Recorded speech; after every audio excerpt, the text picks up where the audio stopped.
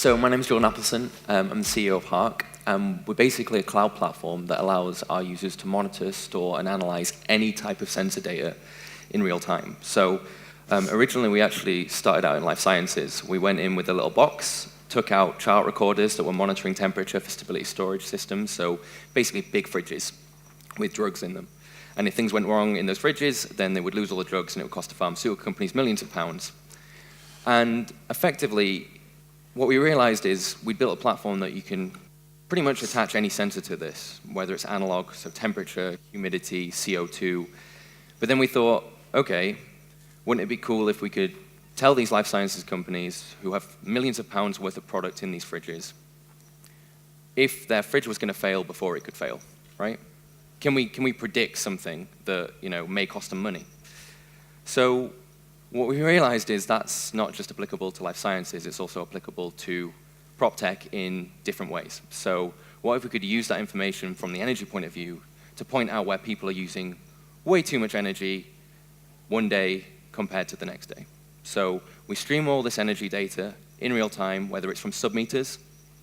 So we have actually, we've been doing an installation across thousands of sites for one single customer. And the most interesting thing that we realized with trying to do this is you might have property that's brand new, in which case it's really easy to install your new technology because everything supports it. You can just go in with your box. It's got a ton of systems, BMS systems. They're all hooked up.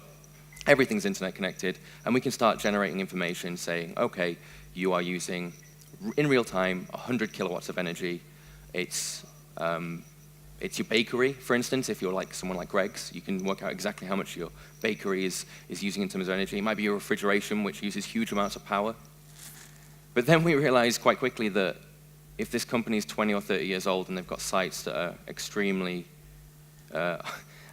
older than I am, and you go in and you go down into the belly of this 30-year-old site and your submeters are, non-existent, and there's, it's actually the place where they used to break up ice, like deep in the belly of it. You realize actually we can't connect to this stuff. So if 90% of your estate is like that, and you have to pay millions of pounds to replace things like your submeters or your HVAC system to get it connected to the internet, well, your return of investment, it becomes harder to justify when you want to use some of this technology. So what we started to do is work on how can we integrate legacy systems. How can we go into a system that's 20 years old, but it covers a huge percentage of your estate and stream all that data in real time, whether it's your energy systems, your HVAC systems, whether it's a trend controller. Honeywell seem to have a huge lock-in at the moment, right? And they want companies like who have huge amounts of property to pay hundreds of pounds per site to enable this.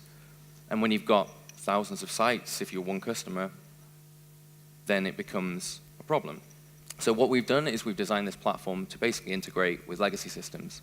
Right now, in the back over there, we've got a full energy system running that's at one of our demo sites. That's full three-phase power. You can see inductive loads and how they affect it. Now, that really resonates with the first talk. Bev and Tom, you did an amazing job because it's actually energy is something really close to my heart. And what we're seeing is these big companies who have lots of properties, they're trying to do this, they're trying to become smarter. But they don't have any data. They can't see how much energy they're currently using. They can't, if you want the grid to ask for data, for energy, for instance, so say you're a huge supermarket, you draw huge amounts of power, and those supermarkets can get paid by the grid for basically shedding load and giving that load back to the grid. But in order to do that, you need that data. You need to know how much energy you're using. You need to know where your peaks and troughs are. And more importantly, you need to tell the grid, OK, we're prepped. We can do this. And that's kind of called something called demand response.